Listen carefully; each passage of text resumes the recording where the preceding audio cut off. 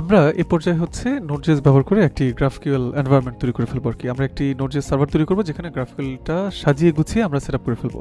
ঠিক আছে, তো চলেন শুরু করে ফেলা যাক।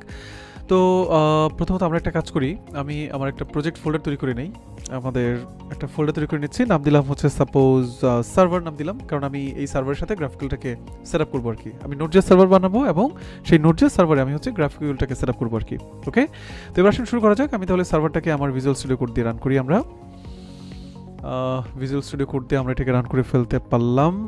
ঠিক আছে, এবার আমি আমার সার্ভারের এন্ট্রি ফাইল হিসেবে server.js নামে আমি একটি ফাইল বানাচ্ছি আর কি। ঠিক আছে, আমরা যে কোনো নামে ফাইল বানাতে পারি, index.js বা main.js নামে বানাতে পারি। নিশ্চয়ই যারা নোডজেস সার্ভার তৈরি করতে পারেন বা জানেন, নিশ্চয়ই জানেন যে আমরা আসলে কি করছি, একটা এন্ট্রি পয়েন্ট আমাকে এখানে সেট আপ করে দিতে হবে আর কি।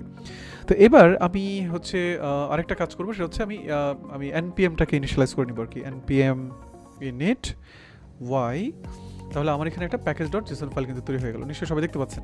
ঠিক আছে, এবার আমরা একটা কাজ করি, চলেন আমাদের এই যে আমাদের প্যাকেজ.json ফাইলে আমাদের কিন্তু কি হচ্ছে, আমাদের ধরেন একটা টেস্ট কমান্ড আছে, আমাদের টেস্ট কমান্ডের কোনো দরকার নাই। আমরা স্টার্ট কমান্ডটি কিন্তু এই জায়গা থেকে আমরা পেয়ে গেলাম আর কি। ঠিক আছে, আমরা স্টার্ট কমান্ডে দেখতে পাচ্ছি নোড server.js, অবশ্যই আমরা নোডমন ব্যবহার করব আমাদের সার্ভারটাকে স্টার্ট করার জন্য। সো আমি আগে থেকেই নোডমন কথাটি এখানে লিখে দিলাম আর কি। তো এবার আমাদের মোটামুটি server.js ফাইল রেডি এবং আমাদের প্যাকেজ.json ফাইলে আমরা মোটামুটিভাবে আমাদের যে ইনিশিয়াল যে সেটআপ সেটা আমরা করে নিতে পারলাম। এখন আমাদের অনেক জিনিসপত্র লাগবে। কী কী লাগবে? প্রথমত নোডজেস সার্ভার বানানোর জন্য আমাদের বেসিক কিছু জিনিসপত্র লাগে, যেমন npm install। ঠিক আছে, আমাদের নোড মনটা লাগবে, আমরা হচ্ছে .env.envটা আমাদের লাগবে।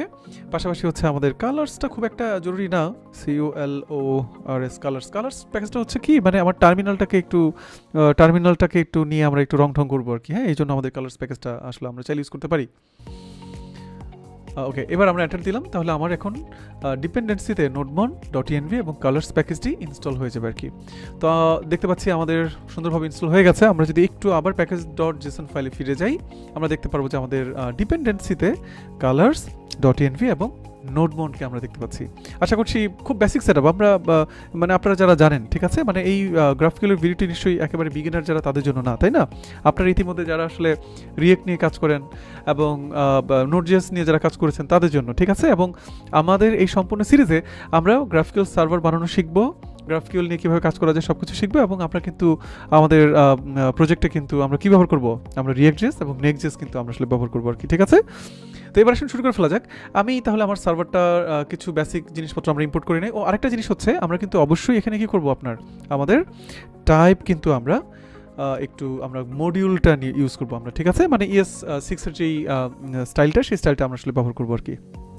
হয়ে গেল আমাদের কাজ। এবার সার্ভারে চলে আসেন। প্রথমত আমরা ইম্পোর্ট করে নেই কালার্স ফ্রম, কোন জায়গা থেকে, কালার্স থেকে। ওকে, নেক্সট আমরা ইম্পোর্ট করে নিব আপনার হচ্ছে .envটাকে ফ্রম কোন জায়গা থেকে, আপনার .env থেকে। নিশ্চয়ই বুঝতে পারছেন সবাই, তাই না? আমার এখানে কোনো .env ফাইল নাই, আমরা একটা কাজ করি, .env ফাইল বানিয়ে রাখি আমাদের এনভায়রনমেন্ট ভেরিয়েবলগুলো এখানে রাখার জন্য আর কি। ঠিক আছে, এবার আসুন শুরু করা যাক। .envটা শুধু নিলেই হবে না, আমাকে অবশ্যই init.env আমাদের এটাকে config, আমার এটার কিছু কনফিগারেশন আছে, config.env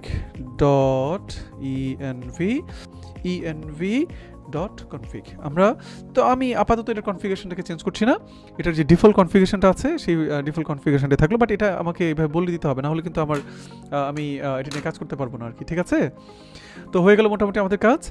এরপর আমাদের আপাতত আর কোনো কাজ কি আছে? আপাতত আমাদের আর কোনো কাজ নাই। এবং আমরা দেখতে পাচ্ছি যে আমাদের প্যাকেজ.json ফাইলে কিন্তু দেখতে পাচ্ছি আমরা স্টার্ট কমান্ডটাও সেট আপ করে দিলাম আর কি।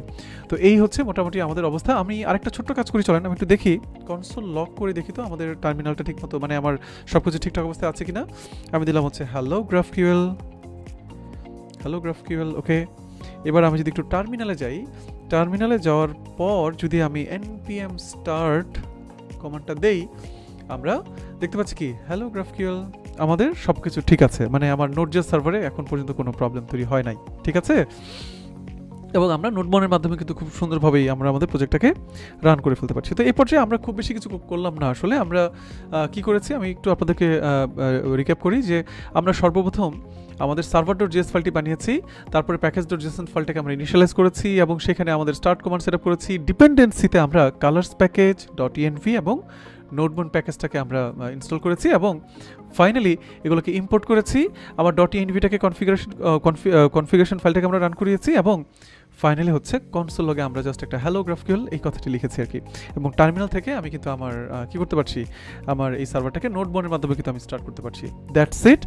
এবার নেক্সট ভিডিওতে আমরা আসলে অ্যাপোলো সার্ভার সেট আপ করবো এবং আপনার হচ্ছে অ্যাপোলো ক্লায়েন্টের মাধ্যমে কীভাবে আমরা আমাদের অ্যাপোলো সার্ভারটিকে অ্যাক্সেস করবো সেই বিষয়গুলো নিয়ে আমরা বিস্তারিত আলোচনা করবো আর কি। তো চলেন আমরা নেক্সট ভিডিওতে আমরা একটু অ্যাপোলো সার্ভারের সেট আপ কীভাবে করতে হবে সেই জিনিসটা আমরা দেখে ফেলি।